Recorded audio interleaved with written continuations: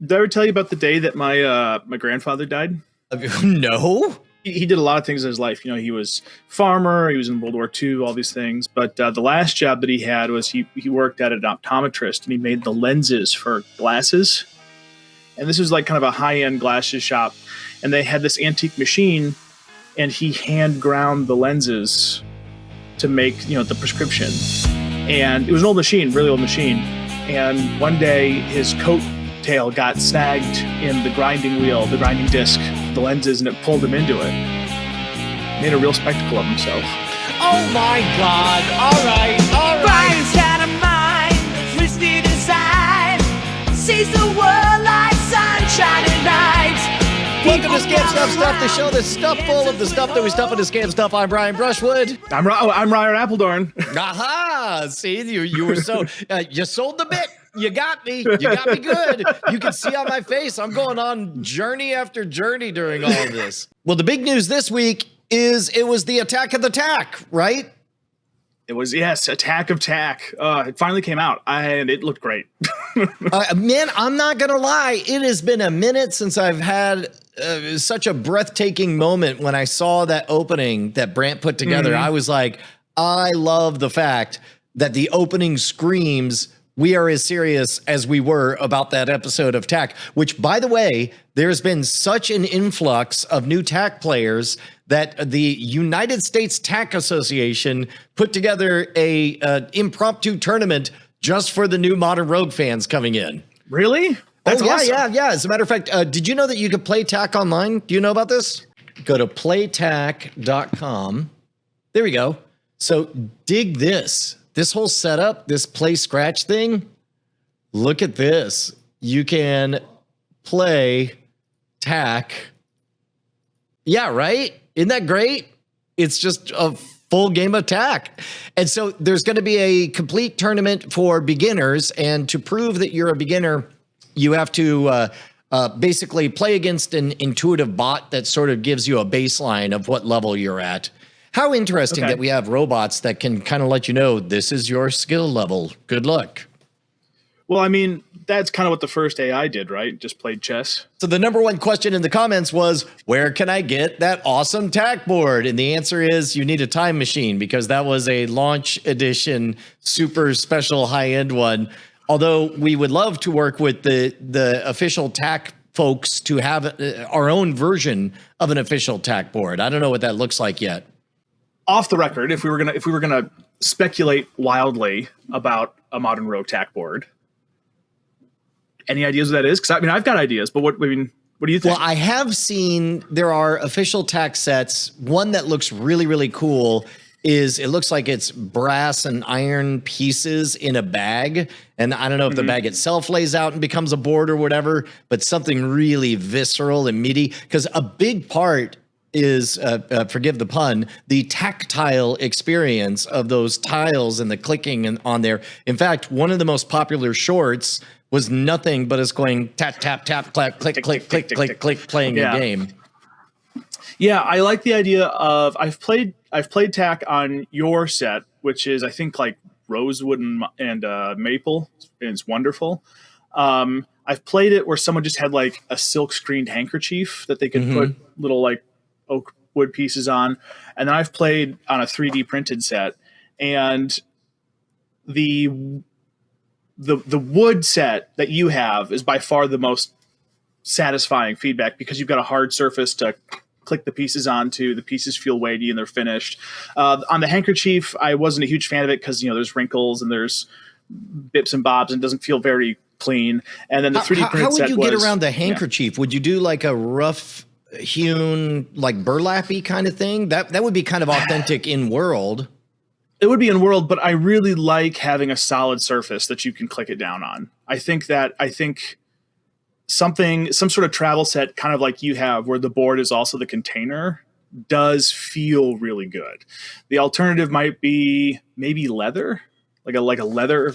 Oh swatch. my God. Like a drawstring bag, similar to that beloved mercenary set of coin, the coin bag that I have. Something like that would be awesome. And we could even so it could be a drawstring bag, and then maybe there's like along one side instead of a stitched seam. There's like snaps, and so you can cinch it tight to carry all your pieces. But then you could unsnap the snaps, and it lays flat still. And then it's just made of a high density enough leather that you still get a bit of a tactile feedback when you put your pieces down. No, the leather, like that would truly feel like an immortal out of time artifact. That would be extraordinary. And my sort of daydream for Tack is that everyone has their own Tack pieces. And so everyone, like in the world, everyone, in my mind, I've always pictured everyone has their kind own. of like your own brand of playing cards almost. Exactly. Yeah. So when you're playing against someone you like, you bring out your pieces, then you whatever. But what I like the idea about having maybe like a hardwood and leather is that those are two materials that are going to gain age and tell their own story as you play it. So as it gets scuffed and used and whatever, it's going to become unique to you. So that could be. Could you imagine? Could you imagine in the game of Courtly Tack, like maybe there's a house sigil that you have on each of your pieces, and you play against other people with your own stuff. But then, as you forge alliances, like your house joins a clan, so you actually make a mark on all of, like you all get identical branding on your pieces. Or like you're trading pieces, so all your road pieces, as the story goes on, become a plethora of pieces that you trade with other people for yours, almost like challenge coins, but they're build outs. But no, I love the idea of. I guess we're circling the drain around pogs, unfortunately. It is poggers. That's what we young hip cool kids say is whenever something's awesome. All it's the poggers. cool kids, yeah. So I guess that's on our to-do list, is to find out what it would take to be officially licensed. Because I would like to be officially in the Tack ecosystem. That would be extraordinary. Well, I mean, there's a tournament. I don't know if you've. Yeah. Well, are you going to play? I mean, I will embarrass myself. Yeah. All right. I'll play go to Play Tack, or if you check the comments, I believe the pinned comment on the Tack video is the details on the tournament, or it's over at the Modern Rogue subreddit as well. Yeah, cool. I think that's that's really awesome, knowing that a video that we made of us playing our favorite game actually had like things happen in the real world. That's really cool. Not for nothing. Okay, I didn't want to toot my own horn, but check this out. Here, I'm going to go Tack game, and let's take a look at interest over time for, I don't know, let's say the past 5 years. Oh, wait, is interest in Tack the game at an all-time high? I think that's more people than have ever seen me in before. That's great. That's cool. All right, so let's talk about Ballyhoo's. What's the latest there? I have updates on Ballyhoo. Oh, go on. So I have picked up a majority. It's about 65 of the last batch from the printer. And for the past 2 days, I've been putting all the locks in and packing them and packaging them and everything.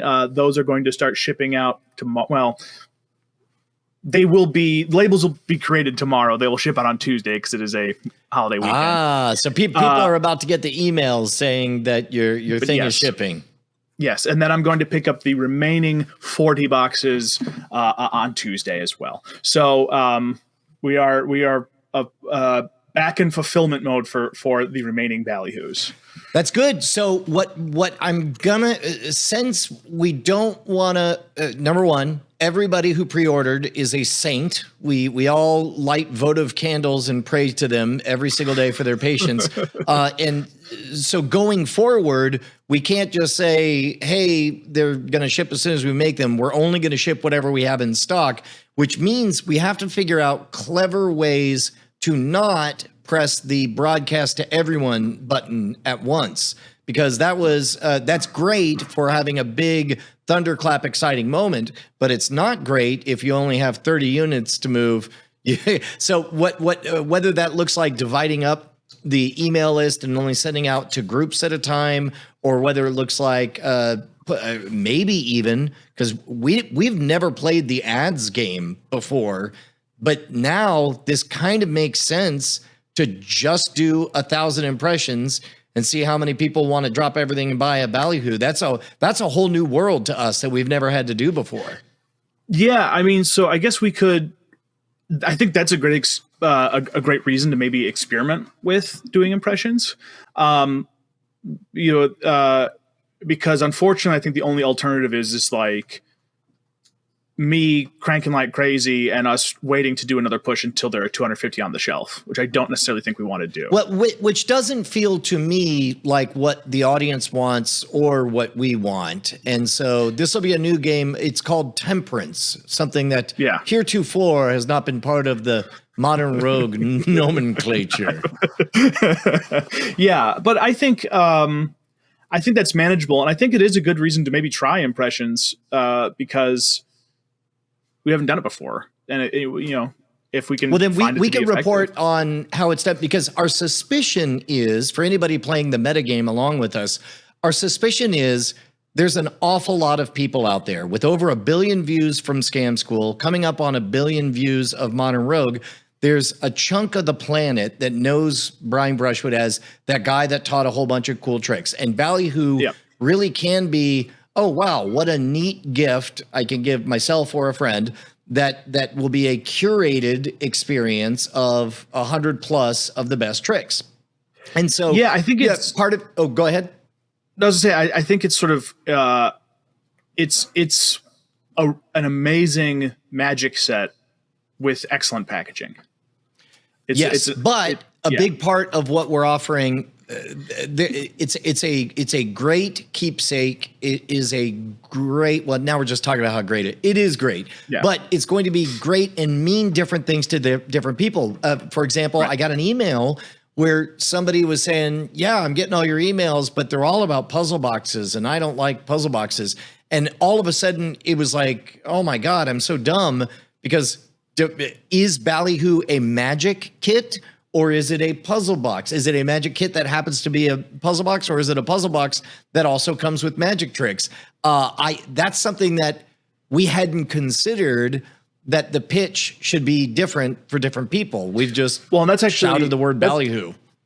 That's something that we could maybe experiment with impressions, where it's like send out half the impressions, different versions of the messaging. Yeah. This is a magic set. This is a puzzle box. And then we can also see where we get from there.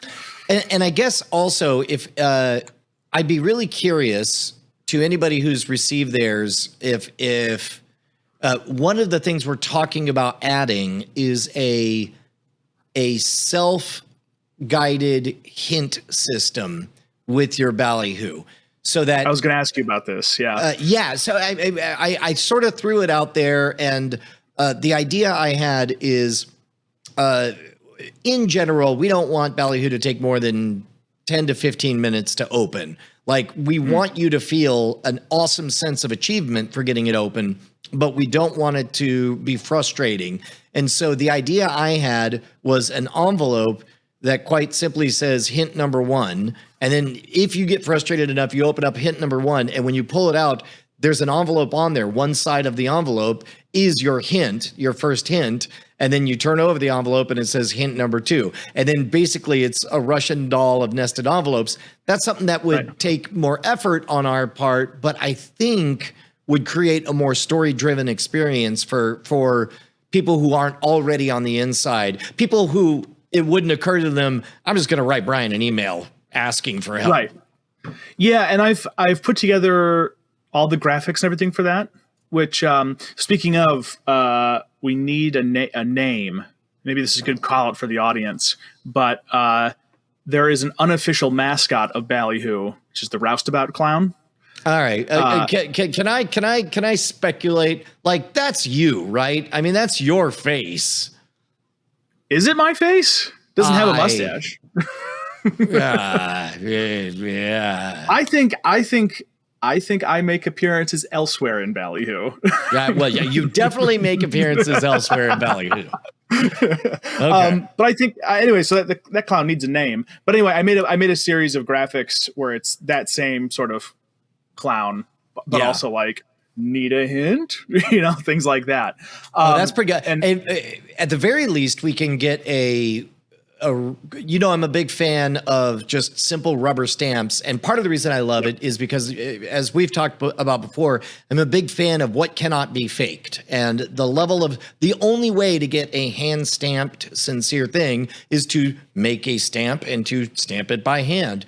And in a world where competing in polish, and we've talked about this before, with the rise of AI, I am increasingly less impressed with bulk manufactured polish, my beautiful Apple devices notwithstanding.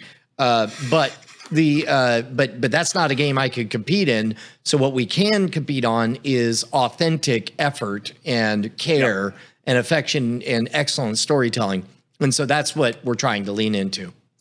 Well, and I have the tools to very easily make things like stamps, and I did it for Torbrenner. I didn't even think about the that. wallets, and all those things have custom made stamps that I've made, and so converting drawings into stamp files and then using those for a hint system, it fits the aesthetic we're going through Ballyhoo. It's low, time intensity for investment, high return. Very, very doable for a hint system. So I think we should probably incorporate it. Cool. All right. Well, man, lots of news. We already went kind of long on this one. Did we have any other bits of business? I have one more thing that I would like to pitch to you. Okay. I'm listening. Talking about a different puzzle box. The first one that I worked on with you guys, Vox Tempest. You've heard the term like this is a signature edition, right? Yes. That gets used in ways that it shouldn't now. But the idea is basically like these are things that are very rare and they are a take that required more efforts. They can't be mass produced, but they have like the artist's stamp of approval.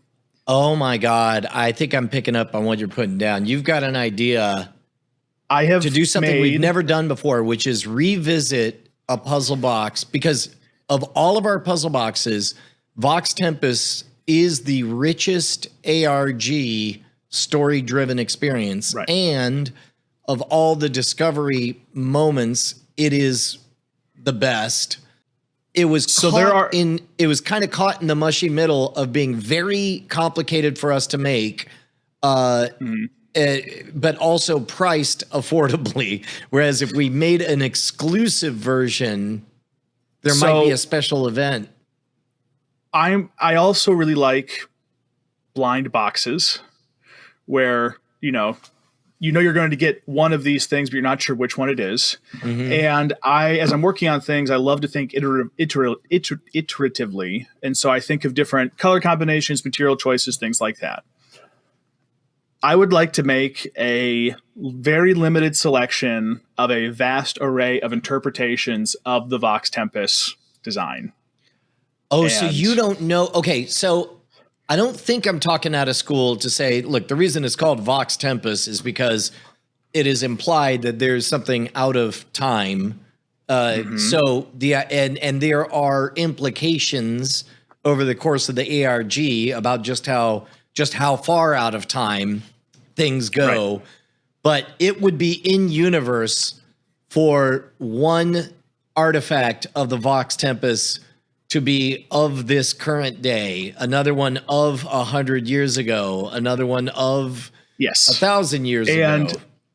And what I would like to do in addition to this is so not only would they be special boxes, everything that comes inside the standard Vox Tempest you'd still get, but the ingot would have a specialized serial number indicating that it's from a set. And then I also have, or it could be a different artifact as long as it actually has meteorite in it still. Yep. I was also thinking of including one of my challenge coins as well, since these are all very personal to me because they are all my takes on this design. Yeah. Would you like to see one of them? Oh wait, you already made a thing? I've made a few of them. Yeah. Would you like to see one of them? Oh man, no. I'd hate to do it, but we're already long. We're gonna have to save this. You're gonna wait? Are you kidding? You're gonna cliffhang this thing? Yeah. I mean, I think yes. I think I'm gonna make everybody wait. All right. I'm sorry. I'm gonna save this to drafts. Then we'll have to wait. Okay. All right. Man, that's got to be agonizing. Yeah. You know what? I'm gonna make us wait. I was really excited to show it off. You're making me wait too. But we have gone long. Yeah.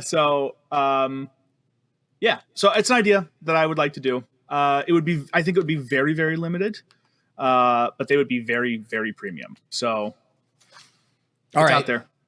So last week we stumbled into a closing quote. You didn't happen to already have one, do you? No. Okay. Well, then I'll punt with an easy old standby from the great Samuel Clemens, Mark Twain. Never put off till tomorrow that which you can do the day after tomorrow.